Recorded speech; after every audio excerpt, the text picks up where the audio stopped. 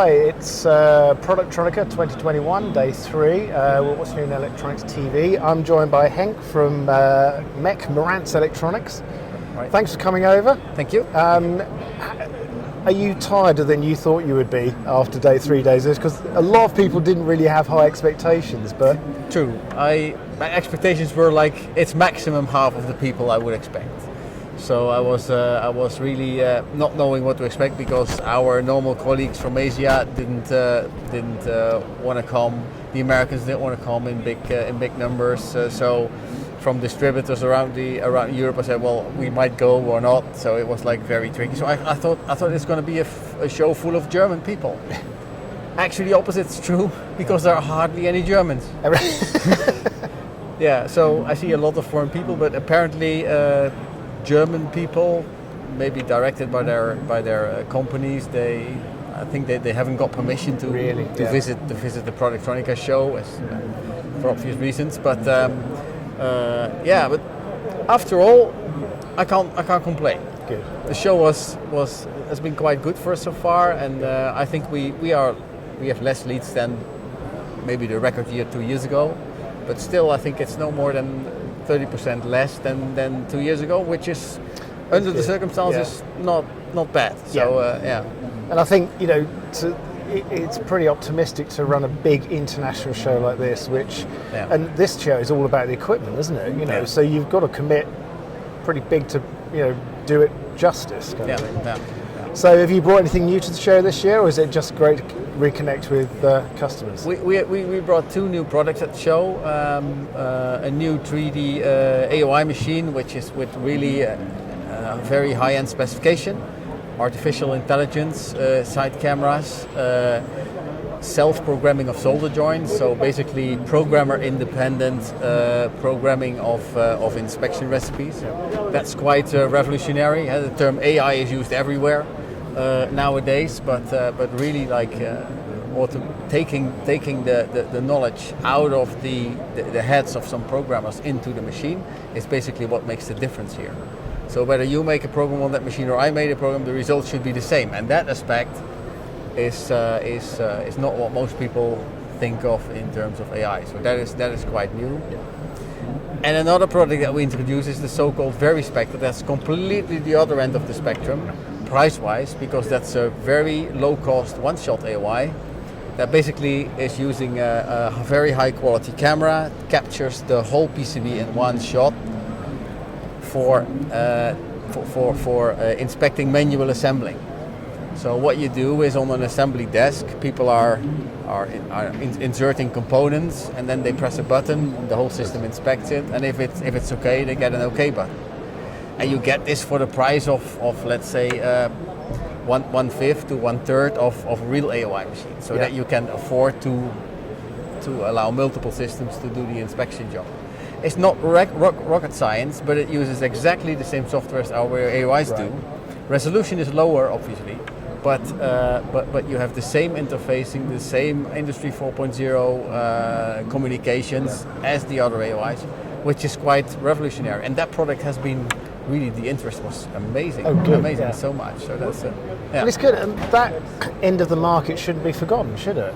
No, it's actually inspection in THT technology is just booming. We are probably market leader in THT inspection, but that's more the solder side of things. And now it's also expanding. People also want to inspect from the top, and they want to inspect preventively. So they want to avoid failures to be on the conveyor. So by inspecting it already on the operator's desk, they can correct their own failures, and you have like a zero failure before the product runs into the oven or the soldering system. Which is fantastic. So that makes sense, yeah. And people's reaction to that as the show has been good as well. Well, and THT, I mean, with the electrification of energy and power and transport, THT is getting more and more important. You can't afford any failures because failures are immediately, have a high risk of damage. So you really want to avoid that. So that part is really booming for us. Yeah, that's good. It's interesting, a few years ago, before the whole coronavirus thing, we were talking about how AI should be implemented in big data and all the, aggregating the data and how it should be stored, all of those sort of issues. And it's fantastic now to actually see it being implemented. Yeah. And it's, how was the whole lockdown process for you? Did you carry on as normal, or did you have to adapt to your working practices? Well, we were actually already, because we are an international organization, we did already a lot online. So we are Teams users since the launch of Teams by Microsoft, which is many years back. So, but now, in the pandemic, we acknowledge that people are happy to do demos online. Whether before that they always wanted to come on site, sending machines, shipping over. So now this has been gotten easier. Yeah, I mean, in the show you realize that physical meetings are still better than the online ones, but the acceptance of of online meetings has been greatly improved since the pandemic. So that's good for us and easy, because it reduces our travel and we can do much more things efficiently. Yeah. And do you think you'll carry some of those practices on? Because from a sustainability point of view and environmental responsibility, it's it's a big help, isn't it?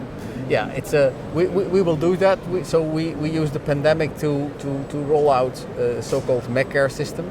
So this is like a service contract that people can subscribe to that bought our machines. And that's been really appreciated. So people have online help. We have chat functions on our supporting portals, etc.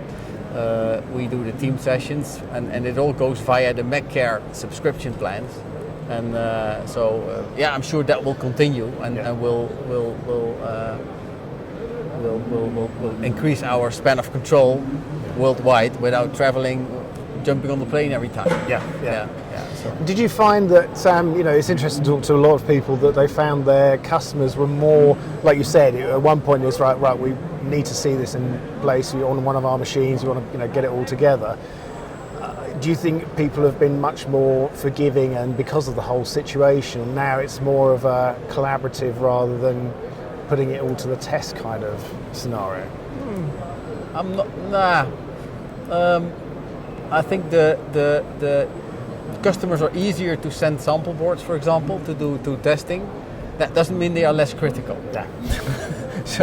So really, at the end of the day, after you've done a good demo, still testing, etc., normal evaluations will go. Sometimes with remote by sending PCBs, but I don't think this has really changed.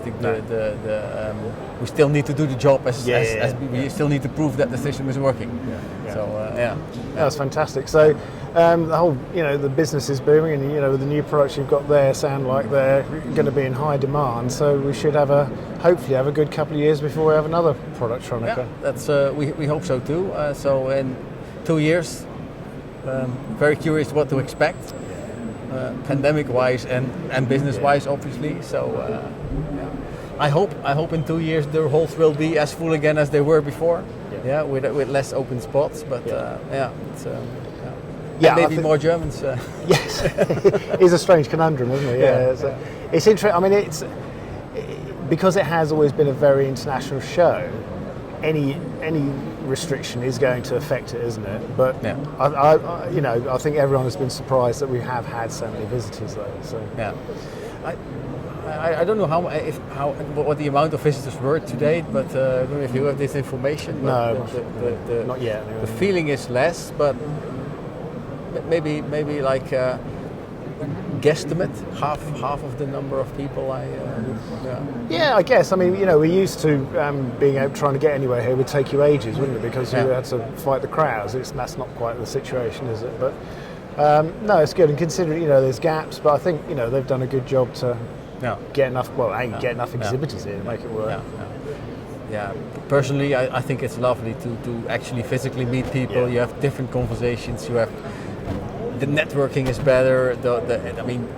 It proved that a show like this can be really totally scarce. Yes, definitely. It is interesting. I think a lot of people always sort of came and exhibited here because you think, well, you just have to kind of thing. But this, in a way, has proved its worth, hasn't it?